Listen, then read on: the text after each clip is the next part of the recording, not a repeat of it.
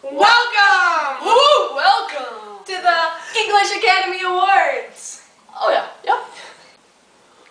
Welcome to the English Academy Awards! Welcome. Thank you for coming to the English Academy Awards. Let's get started. There were a lot of good poems that we read in class, but out of all of them, there were 4 that had very good messages with them. Theme is the overall message or idea that the poem is trying to get across. The 4 poems we chose all had really strong themes compared to all the rest of the poems we read, and all of them were very different from each other. The poems we chose were Hope is a Thing with Feathers, The Road Not Taken, Daily, and of course, Romeo and Juliet. Now let's welcome Brianna. Thank you, Trevor. Thank you. Our first nominee for the best theme is Hope is a Thing with Feathers, written by Emily Dickinson. We nominated this poem because it shows a really strong message. The speaker shows hope as a bird, and we need hope in our lives all the time. It also talks about how hope can help us through a storm or any other situation in our life. This is a good poem because it can help inspire people. In the first stanza, it compares hope to a bird and talks about feeling free and that the bird sings. In the second stanza, it compares hope to a storm and that good things come after the storm. Hope. In the last stanza, it says, the bird never asks for a crumb, which can be compared to doing work for hope. This is the poem, Hope is a Thing with Feathers. Hope is the thing with feathers that perches in the soul and sings the tune without the words and never stops at all. And sweetest in the gale is heard, and sore must be the storm that could abase the little bird that kept so many warm. I've heard it in the chillest land and on the strangest sea, yet never, in extremity, it asked a crumb of me. Our next nomination is presented by Courtney! Smingy. Thank you, Brianna. Our second nominee for Best Theme is The Road Not Taken by Robert Frost. We nominated this poem because it shows that you have to step up in life and make decisions to go one way or the other. It might be a hard choice, and each path might be very different from the other, but in the end, the path we choose is most important to the outcome of our life. It also shows that sometimes we should take the road less traveled by. Frost sets the poem on a forest road on an autumn morning. He received inspiration for the poem from the landscape in rural England. It starts out when the speaker has to choose between 2 equally appealing roads, and he thinks that he will go with the first choice, but then he decides to take the road less traveled by because this chance may never come again. This is the poem, The Road Not Taken by Robert Frost. 2 roads diverged in yellow wood, and sorry I could not travel both, and be one traveler, long I stood, and looked down one as far as I could to where it bent in the undergrowth.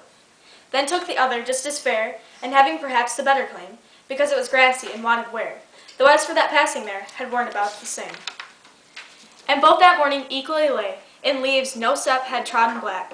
Oh, I kept the first for another day, yet knowing how way leads on to way, I doubted if I should ever come back. I shall be telling this with a sigh. Some were ages and ages hence. 2 roads diverged in a wood, and I took the one less traveled by, and that has made all the difference. Our third nominee for Best Theme is the poem Daily by Naomi Shabanayaba. This poem goes over all the chores she does every day, such as folding t-shirts, making food, typing pages, washing clothes, and a lot of other chores. The reason we chose this is because it says that work is the way of worship. And this can be a strong message to certain people, and work is a very important topic to our lives. This poem includes one speaker, which is a Latino woman. The poem goes over all the work. Then at the end, it says, like flags we share, a country so close. No one needs to name it. The days are nouns. Touch them.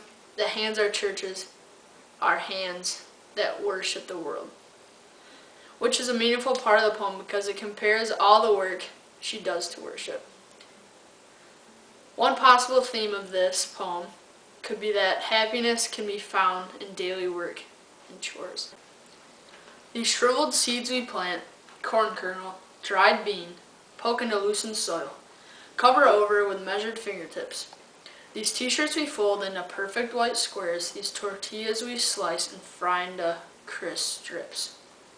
This rich egg scrambled in a gray clay bowl. This bed whose covers I straighten smoothing edges till blue quilt fits brown blanket, and nothing hangs out. This envelope I address so the name balances like a cloud in the center of sky.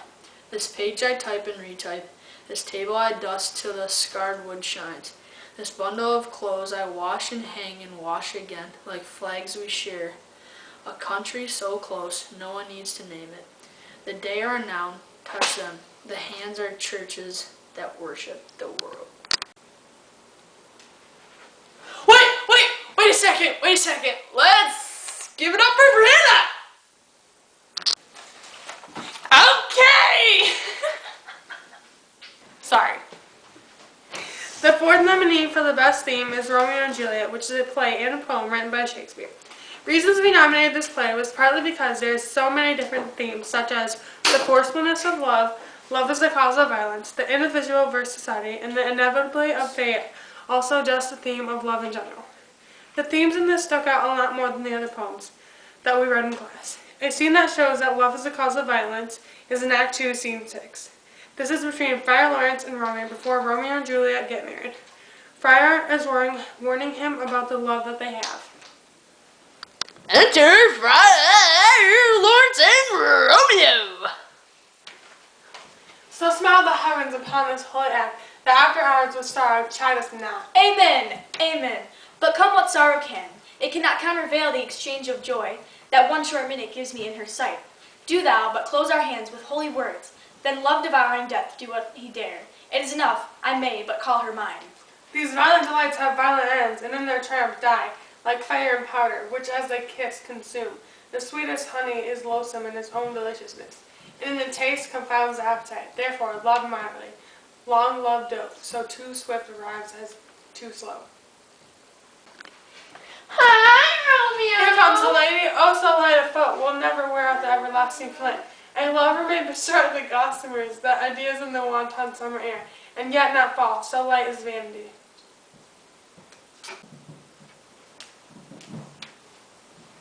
And now for the final event! When we choose the best out of the four nominees. And the winner is Romeo and Juliet!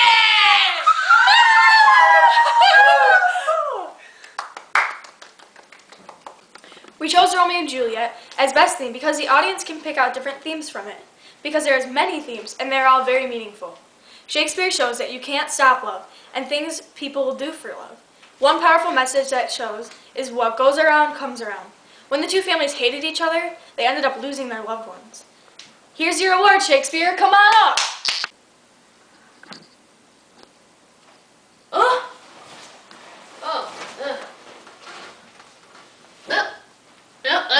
Thank you. This award is awarded to you, Shakespeare, for best theme.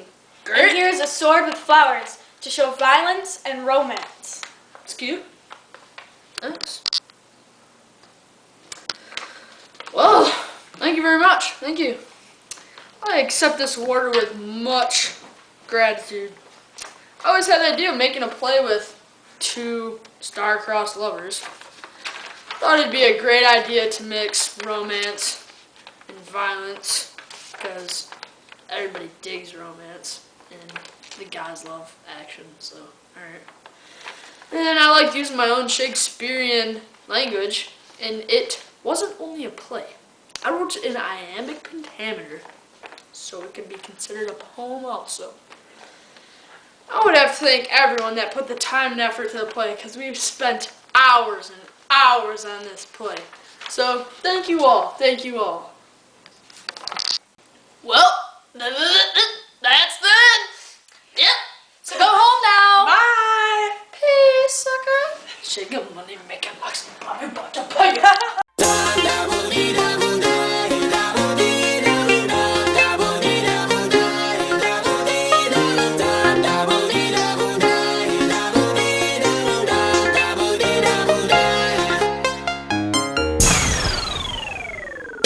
My lips like sugar, my lips like sugar.